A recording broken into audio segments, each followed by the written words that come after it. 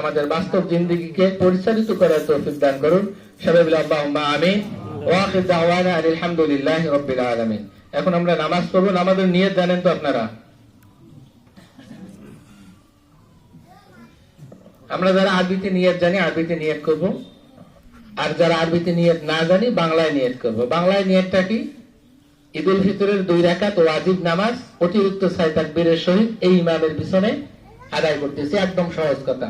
আরো সহজ করে দেই, ঈদুল ফিতরের 2 রাকাত নামাজ 6 তাকবীরের সহিত এই ইমামের পিছনে আদায় করতেছি। পারবেন না এটা মনে মনে বলতে? আল্লাহু আকবার। আমরা ঈদের নামাজের ক্ষেত্রে গিয়ে, কারণ এটা বছরে